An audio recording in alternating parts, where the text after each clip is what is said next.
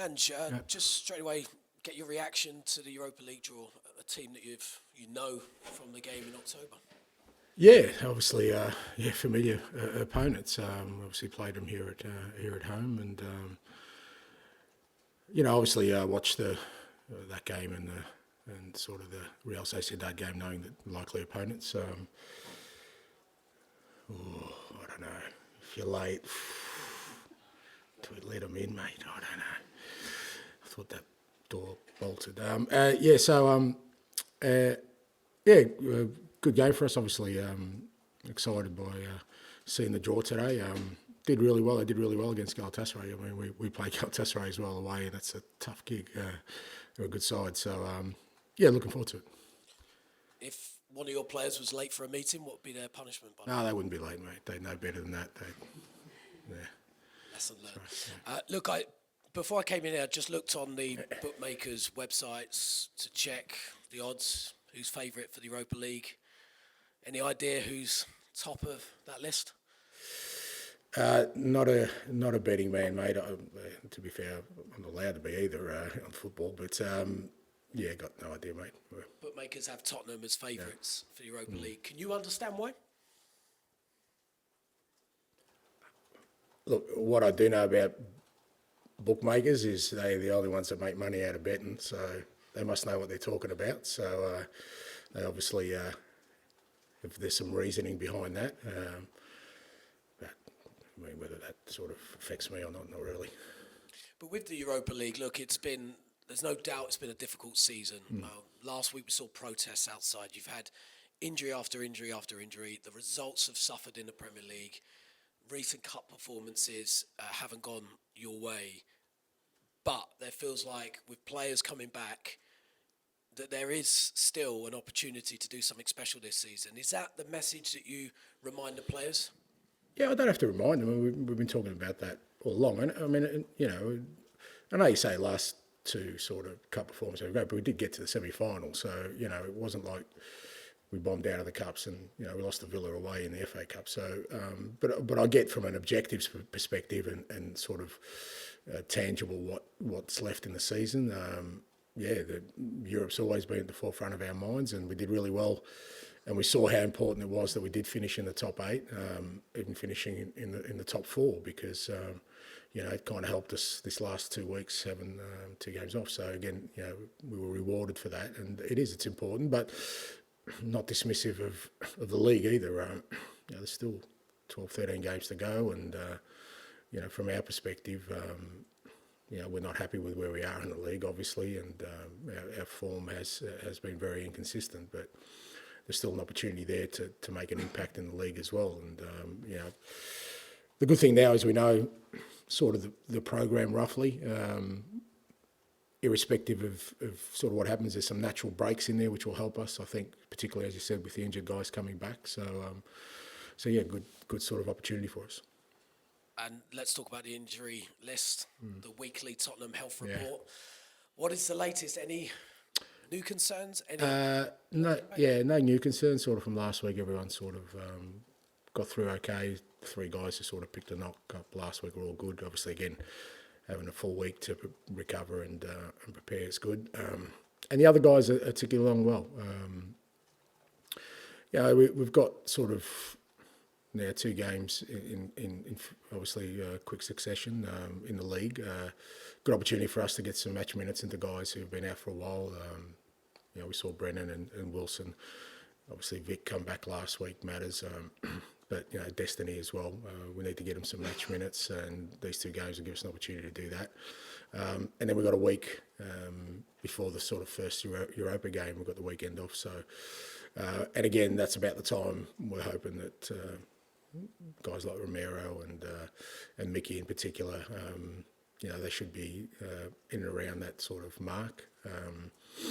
And, Richie and Dom not too far behind, to be honest. So, and again, with that, we've got sort of 2 games before the international break. So we're kind of mapping it out and trying to sort of navigate a way where we can have a real sort of as fit and healthy squad as we have all year for the running. Charlie. Thanks, mate. Hi, Ange.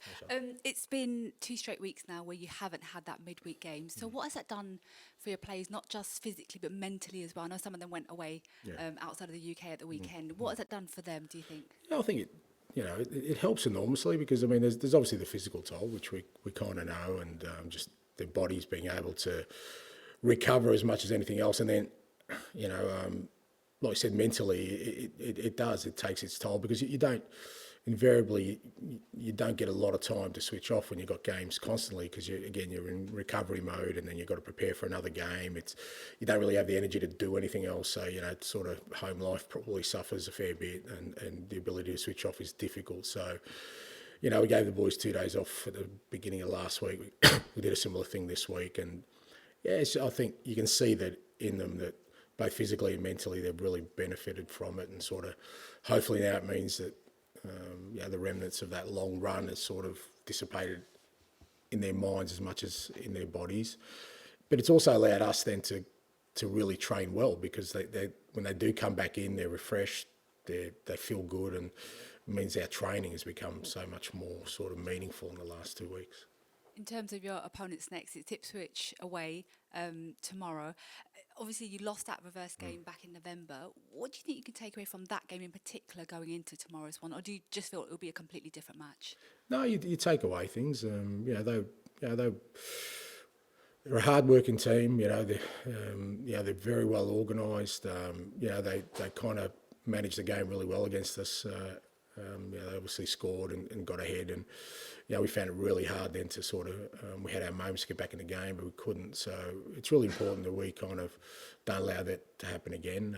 Like I said, we know they're going to work hard, they're going to be well organised, they're going to fight for everything, so we've got to be in a mindset to match that, and at the same time still play our football. I think that's important. As I said last week, it was important we won, and we played well, but I think there was areas we know we can be better, and that's the opportunity for us tomorrow. How big an opportunity is this weekend for your team to get that momentum, if they can win, to finally try and get back on track and gain some consistency? Yeah, look, that's the opportunity that does exist. We've obviously our last two sort of Premier League games, Brentford away and Man United at home, have been two important results for us to kind of try and arrest the form in the league. But you need to keep doing that and backing that up, and tomorrow's an opportunity to do that. It's not easy when you're playing away from home and in the Premier League, and especially against a team that's fighting like Ipswich are. So we know it's not going to be an easy one, but it's an opportunity for us now to get another strong performance, get another positive result, and like I said, hopefully provide a bit of a sort of foundation for us to kick on. Thanks. Hi Ange, hope you're well. Last time I saw you a couple of weeks ago, it was just as some of the players were starting to come back, and I asked you how you were feeling, whether you could see the light at the end of the tunnel, and you said, every time I've seen the light at the end of the tunnel, I've been hit by an oncoming train. So now that I didn't say I got hit. I haven't been hit, but it felt like it. You went viral with a good question. Well done. But now you've had a couple of players coming back into the team, and you've got back-to-back league wins and clean sheets. Where's your head at now in terms of the squad and how you've been doing? Yeah, look, I think, as I said, for us, it's been kind of. It's not just the guys coming back from injury, which are important, but they need time to sort of get up to speed. But it's just the ability for the existing guys to also recover. I mean, it wasn't just the injuries that affected us; it was the volume of games. Like if we weren't in the League Cup or the Carabao Cup, or if we weren't in Europe, and even with the players we had, if we had sort of one game a week, you'd still be able to manage it better. So. It's been hugely beneficial the last 2 weeks that, yes, we've got some significant players back, and we saw the benefit of that with Vic and Matters last week, and Brennan and Wilson being able to help. But it's also, guys like, Kulusevski and Archie and Jed and all these other players, Rodrigo, who've been playing so much football, their ability to rest, recover. So, from that point of view, we're obviously in a much better place. We kind of knew the Villa game was the finish line for us in terms of where we were heading. I think we benefited from last week. Hopefully we do the same thing this week. And you were asked a lot about James Maddison's performance last week, and in a couple of weeks' time, Thomas Tuchel names his first England squad, and James hasn't been involved in that England squad for some time now. What has he got to do to get himself back into that team, into the national team? Oh, look, I mean, that's Thomas' kind of decision. I think what's important for us is that, we keep Matt as healthy as possible, because we know when he's, in good physical condition, he's really important for us. We saw that last week. He kind of has a real ability to make things happen, in tight areas, score goals, assist goals. So that's where our focus, I think that's where Matt's focus is. He just wants to stay healthy. He's obviously had a little bit of a disruption in recent times. And if he plays well, like things like international honours tend to just sort of flow on from there. And lastly, I wanted to ask you about Matthias Tell and his performances since coming into the side. And what have you made of his start to life as a Tottenham player? Yeah, really positive. Really, I was happy to get him in. And again, for a young man who hasn't played a lot recently, obviously that was one of the reasons he was looking to kind of move to get more opportunities. I think, I've kind of kept him out there for 90 minutes for both games just to build him up physically as much as anything else. But he's a willing worker, which is brilliant. We've seen in both games he really works as hard as he can for the team, which is massive for us. And, the more he plays, the more he'll get into the rhythm of how we play. And even for himself as a striker, I think, he needs the games to get up to speed. But, he's done really well for us, hugely important. And hopefully with Dom not too far away, Richie not too far away, we'll have some real good options in that front third. Thanks, mate. Hi, Ange. Having normal training sessions again, which you were just speaking about, how much does that kind of fire up the coaching side of your brain? You've obviously had the management side and getting players through this period, but to actually get out there properly in high intensity coaching. Yeah, look, it's, I think there's two aspects of my role that you love more than most. One is game day and the other one is training, This ranks a bit lower down, to be fair, this part of the job. So having the ability, and you kind of get frustrated when you're out there and you can't really do what you want to do as a coach. Not just me, the other coaches as well. You just kind of design sessions, but guys are going to sort of be, walking through things, and we're just trying to provide information. Whereas, the last 2 weeks, the training sessions, you kind of walk off and you're pretty excited about what you've seen. You feel good about the session you've put on, and the coaches get a buzz out of it, the players get a buzz out of it. So it's been good to be able to do that. And Pedro Porro and Dejan Kulusevski played the most by far for you this season. Are they still in that zone where they could probably do with a game off at some point? Yeah, I think so. Like I said, these next two games are a good opportunity for us. Obviously, we've got Saturday and then we've got City midweek within a week off. So I think these next two games, it was great to give Archie just, a moment to have a breather, even though we had to sort of put him on at the end last week, because he's another one who's kind of racked up the minutes. But you're right, Pedro, Kulusevski, these kind of guys, we've got an opportunity with the players we've got back to still maintain good levels of performance, but also not, give them a little bit of a rest. Because again, once Europe kicks in, then we know we've got to play midweek, weekend again. So we want to make sure we've got enough in the tank, and we don't want to lose any players during this period either. So players like Destiny and Brendan Johnson, are they in a position where they can start matches now? Potentially, yeah. Whether it's tomorrow or Wednesday, definitely I think particularly both of them need to sort of start getting their match minutes up. Wilson as well, but Wilson probably, he's out the longest, so will be a little bit of a slower burner with him. But again, to play and play significant minutes is important. But in terms of starting, I think both Brendan and Destiny, whether it's tomorrow or Wednesday, we'd be certainly looking to get them involved. Just very quickly on Archie Gray, obviously he's kind of been your Mr. Fix-It, like been in so many different positions. When do you envisage maybe being able to give him kind of a chance in midfield at some point? I know that... the way it's going, never, mate. I was tempted to put him in goal because we were down our fifth goalkeeper. But no, look, I think whatever happens, and I know people are sort of really keen to sort of put him in there, I think the experience he's had this year is going to be outstanding for him and outstanding for us.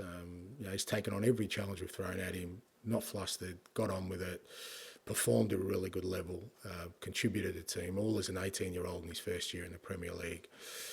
you know, he'll get to where he needs to get to in good time. But this period here, I think, you know, is going to be enormously beneficial for him. Finish with George, please. And sort of going back onto Archie, I feel like at the start of the season, kind of Archie and Lucas and maybe Jed Spence all kind of had to prove they were kind of good enough to play in the Premier League and get regular minutes, which they have done over the last 2 months. How much of a difference does that make when you go into this sort of week where you got 2 games in 4 days and you know that those 3 guys can come in and the level shouldn't drop anymore? Yeah, massive. You know, I think I was consistent in saying that even through the most difficult period, I still felt we were getting growth, you know, and they're the kind of guys you go, you know, there is been so much growth in them. And I think you saw, even with Lucas last week, you know, he's becoming a man, you know, before our eyes, really. You know, he's not really, you know, you look at him now and I know he's just turned 19, but he doesn't look like a young player anymore, you know, and I think that's because of the experience he's had in recent times where we've just had to throw him in and he's had to do jobs for us and make an impact. So I think, you know, him and Archie and you know, like I said, Jed's been brilliant in terms of the way he's come in. And the thing is with it, they're not just playing, they're actually, you know, making an impact. You know, they're really contributing, and that's great for us, as you said, with the period coming up, because, you know, hopefully with guys like Destiny back and, you know, obviously Mickey and Romero not too far away, and it just gives us some real strength in squad that we're going to need if we're going to compete Europa and League. We're going to need, we've already seen sort of the attrition rate, we're going to need a strong squad, so those guys are certainly going to be beneficial.